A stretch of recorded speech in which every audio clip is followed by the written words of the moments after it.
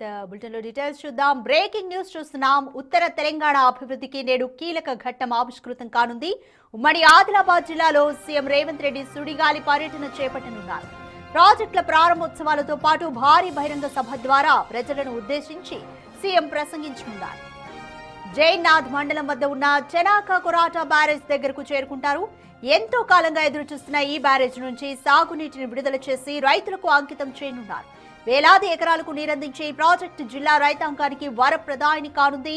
అనంతరం సీఎం నిర్మల్ జిల్లాకు చేరుకుని అక్కడ గోదావరి నదిపై నిర్మించిన ప్రతిష్టాత్మక సదర్మాట్ బ్యారేజ్ ను ప్రారంభిస్తారు. ఈ ప్రాజెక్టుతో నిర్మల్ జిల్లాలో సాగునీటి కష్టాలకు చెక్ పడనుంది.